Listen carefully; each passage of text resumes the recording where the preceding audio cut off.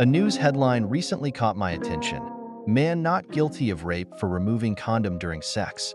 This case, which unfolded in Rotterdam, has ignited a firestorm of debate, not just in the Netherlands but around the globe.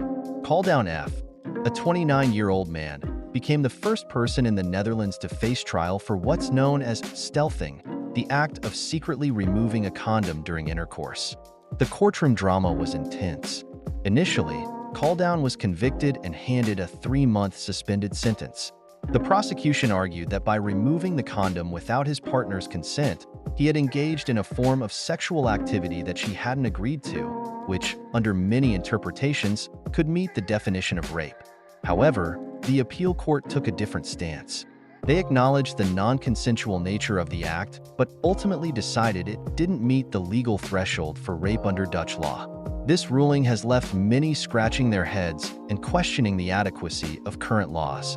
In the UK, for instance, stealthing is recognized as a form of sexual misconduct, but the Netherlands lacks explicit legal provisions addressing this issue. This case has sparked a heated public debate. On one side, advocates argue that the law must evolve to protect victims of stealthing. They point out that consent is not just about the initial agreement. It's about maintaining that consent throughout the entire sexual encounter. On the other side, some argue that prosecuting such cases is complex and fraught with challenges. Social media reactions have been swift and varied.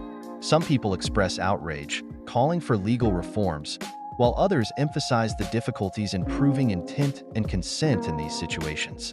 It raises a critical question: should stealthing be legally recognized as rape? As the conversation continues, it's clear that this case has opened up a larger dialogue about consent, sexual ethics, and the legal definitions that govern our understanding of these issues.